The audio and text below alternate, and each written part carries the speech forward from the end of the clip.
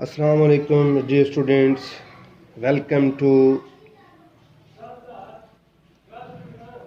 new video of my numerical chapter number 5 जिसके अंदर मैंने एक न्यूमेरिकल ऑलरेडी लिखा हुआ था। उसकी statement a sample of neon gas occupies 75.0 centimetre cube at very low pressure of 0.4 atm।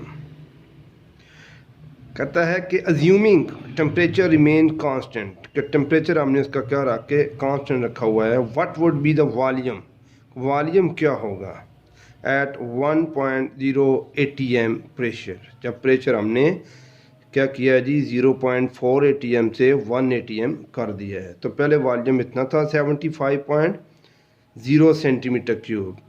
तो अब न्यू वॉल्यूम आपने फाइंड करना है। उसके लिए आपने क्या करना है, सबसे पहले इसका आपने गिवन डेटा बनाना है। इसका सबके पहले तरीकाकार क्या है, गिवन डेटा।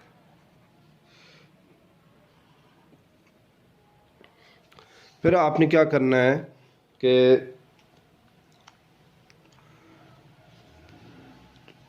इनिशियल वॉल्यूम कितना था 75.0 सेंटीमीटर क्यूब।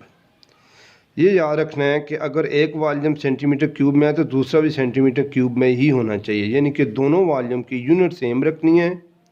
प्रेशर दोनों की यूनिट्स आपने सेम रखनी है। ये ना हो एक एटीएम में हो और दूसरा mm ऑफ एच यानी कि मरकरी में हो, टोर में हो। इस तरह आपने नहीं करना। दोनों यूनिट, दोनों वॉल्यूम और दोनों प्रेशर की यूनिट्स क्या होनी चाहिए, सेम होनी चाहिए। अगर कहीं आगे पीछे है तो आपने उसको कन्वर्ट करके पहले इसको चेंज करना है। इनिशियल वॉल्यूम कितना है जी 75.0 सेंटीमीटर क्यूब, और V2 आपने फाइंड करना है कि वॉल्यूम कितना है फाइंड। तो P1 प्रेशर 1 दिया हुआ है 0.4 atm, और P2 वो भी दिया हुआ है 1.0 atm। तो आप इस डेटा को देखें, वॉल्यूम और प्रेशर ये सिर्फ चेंज हो रहे हैं। तो वॉल्यूम और प्रेशर का रिलेशन अगर आप गौर से देखें तो ये बॉयज़ लॉ के अंदर हमें पता चलता है कि ये रिलेशन किसके अंदर है जी, बॉयज़ लॉ के अंदर। तो बॉयज़ लॉ क्या कहता है कि उसकी जो स्टेटमेंट है, अकॉर्डिंग टू बॉयज़ लॉ या फ्रॉम बॉयज़ लॉ, उसकी जो मैथमेटिकल स्टेटमेंट ये है कि P1 V1 is equal to P2 V2, यानी कि the product of P1 and V1 is equal to product of pressure and volume. जब प्रेशर P1 था उस वक्त वॉल्यूम V1 है। जब आपने प्रेशर चेंज किया तो उसके हिसाब से उसका वॉल्यूम भी चेंज हो जाता है।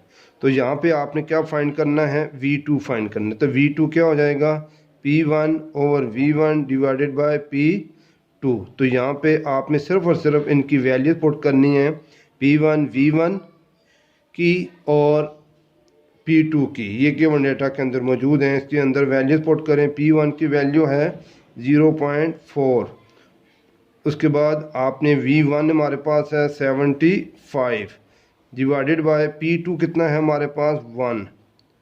तो यूँ आपने 75 को 0.4 से मल्टीप्लाई करेंगे तो आपके पास वॉल्यूम आ जाएगा, क्योंकि डिवाइडेड बाय 1 करेंगे तो वही आंसर आएगा जो 0.4 को 75 से मल्टीप्लाई करने के बाद आता है। तो इस तरह आपने जो है वो दोनों को मल्टीप्लाई करने के बाद जो भी आंसर आता है आखिर में आपने सेंटीमीटर क्यूब उसकी आपने यूनिट लिखनी है। 0.4 को कैलकुलेटर की मदद से 75 से मल्टीप्लाई करेंगे, डिवाइडेड बाय 1 करेंगे, जो भी आंसर आए आखिर में आपने सेंटीमीटर क्यूब लगा देना है। तो यूँ आपने वॉल्यूम 2 आपने फाइंड कर लिया है। तो स्टूडेंट आपने ये चीज़ याद रखनी होती है कि कोई भी इस तरह का न्यूमेरिकल आए, एक तो आपने दोनों की यूनिट सेम रखनी है। जिस तरह ये वॉल्यूम था तो दूसरा वॉल्यूम हमने फाइंड करना है, ठीक है, तो वो भी सेंटीमीटर क्यूब में ही फाइंड होगा। और इस तरह आपने अगर एक प्रेशर है ATM के अंदर यहाँ पे, तो दूसरे प्रेशर की यूनिट भी ATM के अंदर ही है। अगर यहाँ पे दोनों यूनिट्स अगर सेम नहीं है उनकी ये जो, तो फिर आपने उनको क्या करना है, पहले सेम करना है, मल्टीप्लाई करें, डिवाइड करें कन्वर्ट करके, तो फिर उसके बाद आपने इस फार्मूले के अंदर पुट करनी है। तो अनइक्वल जो यूनिट्स हैं वो आपस में, वो पहले आपने उनको इक्वल बनाना है, इक्वल करना है, यानी कि दोनों को यूनिट सेम रखनी है। फिर उसके बाद आपने देखना है कि गिवन डेटा कौन से लॉ को जो है वो तो फॉलो कर रहा है। तो अगर आप देखें V1 और P1 जिनके प्रेशर और वॉल्यूम का जो जिक्र हो रहा है, तो ये किसके अंदर चेंज हुआ था जी, ये बॉयल लॉ के अंदर। तो यूँ हमने जो है वो एक और न्यूमेरिकल सीख लिया है कि किस तरह हम जो है वो बॉयल लॉ, पहले जो न्यूमेरिकल आपको करवाया था वो था चार्ल्स लॉ। अब जो न्यूमेरिकल है ये है जी बॉयल लॉ के मुताबिक। इस तरह के न्यूमेरिकल, दो ही तरह के न्यूमेरिकल आएंगे जी, दोनों आपने इस तरह सॉल्व करने हैं। तो मैं इंशाल्लाह अब डेली 2-3 वीडियो इसके अंदर मैं ऐड करता रहूँगा। तो आप दोस्तों से भी कहें कि अगर जो बच्चे इसको मतलब है इनको कोई कन्फ्यूजन है तो वो उनको शेयर करें उनको, ताकि सब्सक्राइब भी करें शेयर करके चैनल को, और बेल आइकन भी प्रेस करें ताकि आने वाली वीडियो उनको बर वक्त जो है वो मिलती रहे।